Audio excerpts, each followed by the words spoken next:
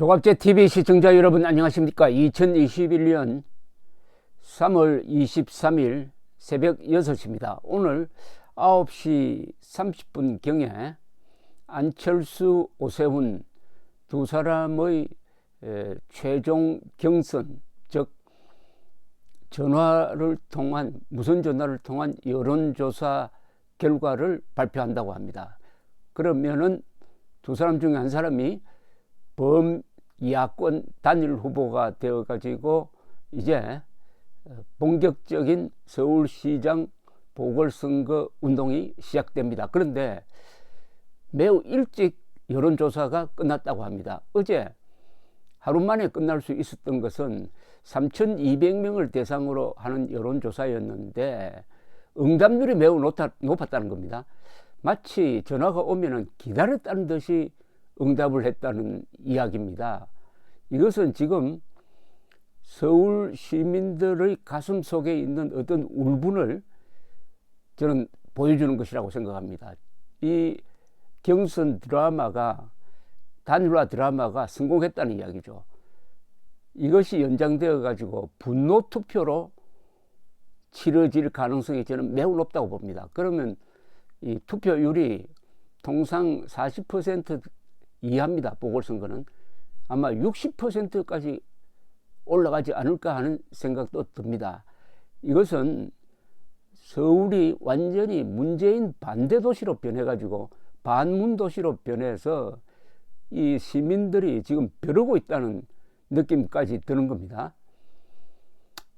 그것은 나중에 말씀드리기로 하고, 자, 왜 이 정권이 이 한명숙 전 국무총리에 대해서 이렇게 집착을 하느냐 하는 데 대해서 뭐 알만한 사람은 알죠. 한명숙 씨와 그 남편이 국가 반역 사건과 연관되어 가지고 옥살이를 했다. 특히 그 남편은 10년 이상 통역당 사건은 김일성주의자들이 만든 반역 정당입니다. 그 통역당 사건의 아주 중요한 구성원으로 재판에 넘겨지고 실형을 선고받고 10년 이상 살고 나와서도 자신이 마르크시스트라고 계속 주장을 하고 반미 운동을 계속하고, 더구나 이 부인이 국무총리를 할 때는 이 평택 미군 기지 이전 반대 운동도 하고, 또 공개적으로 9.11 테러에 대해서 내 주변에는 통쾌하다고 말하는 사람들이 많다는 이야기를 공개적으로 하는가 하면은, 또 한명숙 씨는 술의 혐의로 확정 판결을 받고 징역 2년을 살고 나오고 하는 이 두 사람의 이력과 관계가 있다고 생각합니다. 이 문재인 정권의 세계, 문재인 정권을 구성하는 핵심 세력의 분위기에서는 한명숙과 그 남편은 매우 존경을 받고 있을 것이 틀림없습니다. 무엇으로 알 수 있느냐? 문재인 대통령이 바로 그 남편과 함께 20년 동안 옥살이를 했던 신영복 씨에 대해서 사상가로 존경한다고 공개적으로 이야기를 한 적이 있습니다. 그 자리에는 김일성의 손녀도 앉아 있었어요. 그렇다면 대충 이 집단의 멘탈리티를 우리가 짐작할 수 있습니다. 그러니까 자기들이 문재인 정권 핵심 세력이 존경하는 사람에 대한 어떤 이 의리를 지키기 위해서 이렇게 무리를 하고 있다라고 보여지는데, 제가 인터넷을 검색하다 보니까 임민혁 조선일보 논설위원이 작년 5월 22일에 쓴 만물상 제목이 뭐였느냐?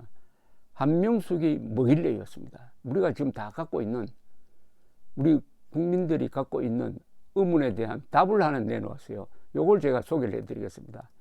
여권이 일제히 한명숙 9억 원 수수 사건 재조사를 촉구하고 나섰다. 건설업자의 수표가 한명숙 동생 전세금으로 서인 사실이 확인되었다. 그 밖의 움직일 수 없는 증거들이 수두룩하다. 그런데도 막무가내로 무죄라고 한다. 여권 사람들도 무리하고 억지라는 것을 잘 알 것이다. 그런데도 한명숙이라는 이름만 나오면은 무조건 무죄라고 한다. 문재인 대통령은 노무현 재단 이사장 시절인 2011년 초 한 인터뷰에서 스스로를 한빠 한명숙 열렬 지지자라고 칭했다. 차기 대선 후보와 관련한 질문에 차세대 리더십과 민주주의의 방향은 통합이고 거기에 적합한 사람으로 한명숙만한 분이 없다고 했다. 당시까지 정치에 별 뜻이 없던 문 대통령 머릿속엔 한명숙 대통령이 있었음을 보여주는 대목이다. 하지만 이후에는 거꾸로 한명숙 등이 문재인을 설득해 대선으로 내보내게 된다. 한명숙이 진보 진영에서 갖는 위상은 간단치 않다.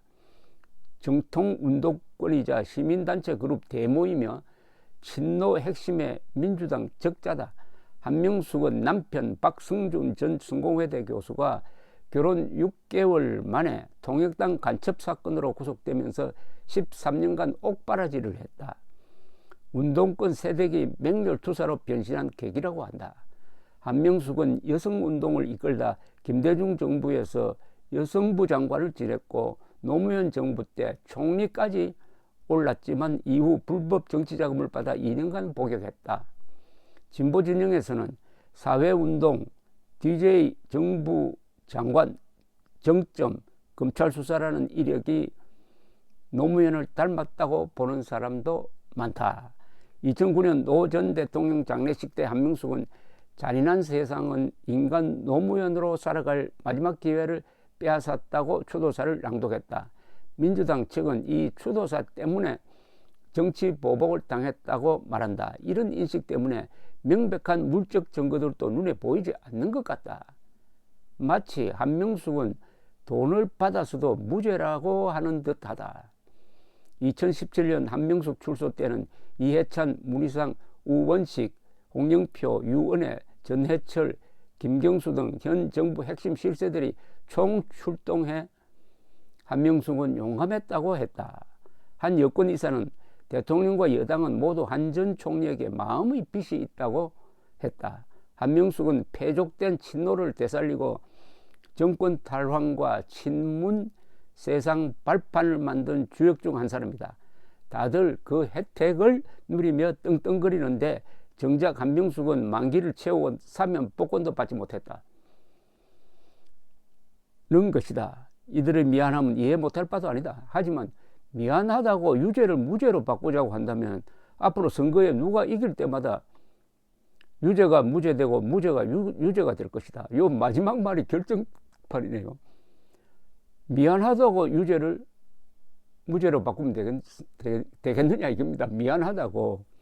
미안하다고 해서 대법원 전원합의체가 확정 판결해가지고 증거가 차고 넘친다는 이 뇌물수수 사건을 바꾸기 위해서 그 수사를 할 때 증인을 압박을 해가지고 위정하도록 했다 하는 어떤 사기 전과자의 말에 근거를 해가지고 법무장관이 수십 년에 한 번 발동할까 말까 한 지휘권을 발동했다. 그런데 검찰이 14명의 최고위직 수사 전문가들, 고검장과 대검 부장을 모아서 하루 종일 토론을 해보니까 이거는 역시 무혐의 처리해야 한다. 즉 위해 뭡니까? 모해. 그걸 정인을 누구를 모해하기 위해서 그냥 모략해가지고 해를 끼치기 위해서 위정을 한다 하는 혐의를 당시 수사검사에게 지울 수 없다. 이건 무혐의다 해가지고 14명 중에 10명이 무혐의다 하는 투표까지 해가지고 법무장관에 올렸더니 법무장관이 또 감찰을 하겠다 이렇게 지저분하게 나오는 왜 이렇게 집착을 하느냐에 대해서 바로 오늘 제가 소개해드린 임민혁 논설위원회 딱 정리된 입장을 이제 이해하실 수 있을 것이라고 생각을 합니다. 이런 식으로 미안하다고 확정 판결 난 것까지 뒤집어 엎으려는 일련의 집념이 이렇게 무리를 두고 있습니다. 무리를 하고 있습니다. 이 한명숙 씨가 노무현 정부 시절에 국무총리를 했습니다. 그때 이 평택 미군기지 이전 반대를 하는 이 폭력 시위가 대단했습니다. 경찰이 막 매를 맞고 했습니다. 그때 총리로서 성명을 발표했는데 이런 대목이 있었어요. 매 맞는 시위대와 매 맞는 경찰이 다 같이 없어야 합니다. 이게 말이 됩니까? 경찰이 시위대를 왜 매질을 하겠습니까? 시위대가 경찰을 매질하니까 경찰은 법을 지키는 차원에서 시위대를 응징한 거죠. 그런데 똑같은 대우를 합니다. 폭력 시위와 경찰을 똑같은 선상에 놓고 다 같이 폭력 쓰지 말라고 합니다. 경찰은 합법적 폭력을 쓰는 기관 아닙니까? 그런데 국무총리가 이런 성명서를 발표를 했어요.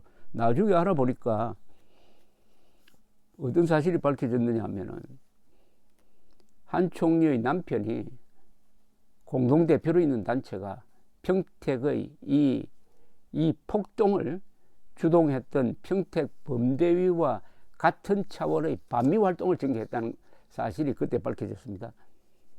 부인이 총리로 지명된 이후까지도 남편은 미군기지 이전 반대 운동을 했다고 합니다. 그러니까 한 총리는 남편이 참여해온 반미 운동에 대해서 경찰의 엄정한 대응을 말하자면은 말리는 그런 성명을 낸 것하고 마찬가지죠. 매 맞는 시위대와 매 맞는 경찰이 다 같이 없어야 한다. 남편 박 씨는 지금도 스스로 마르크시스트라고 말하고 있습니다. 마르크시스트라고. 어찌하였든 이 한명숙 씨에 대한 이런 미안감이 뭐냐, 한명숙 씨가 지향했던, 아니 한명숙 씨 남편이 상당히 영향력이 있을 것으로 보입니다. 왜냐하면 문재인 대통령이 가장 존경하는 사람이 신용복이고 그 신용복과 같이 감옥에 갔던 사람이 한명숙 국무총리의 남편이고 또 사상가로 존경한다고 그랬으니까 신용복을 사상가로 존경하면 한명숙 씨 남편도 사상가로 존경한다는 건데 이 사상이 뭐냐 하면 김일성주의라는 뜻입니다. 통역당 사건은 아주 대표적인 김일성주의 공산주의자들이 만든 지하당이었습니다. 북한에서 가장 높게 평가하는 게 이 통역당 사건 관계자입니다. 자, 뭐 이야기하려면 깁니다. 신영복에 대한 김일성의 집착, 신영복이 대한민국에서 감옥 생활을 할 때 이대용 주월 공사가 월남 적화된 이후에 월남에서 응유되어 있었습니다. 그래서 이대용 공사와 신영복을 바꾸자라는 제안까지 할 정도니까 얼마나 북한에서 신영복을 애지중지했느냐, 높게 평가했느냐. 그 신영복을 사상가수로 존경한 사람이 대한민국에서 대통령이 되었다. 가공할 사태입니다. 이 정권의 한명숙에 대한 집착은 바로 이 정권의 정체성을 엿보게 하는 어떤 틈을 보여주고 있다는 점에서 결코 이롭지 못할 것이라고 생각을 합니다. 감사합니다.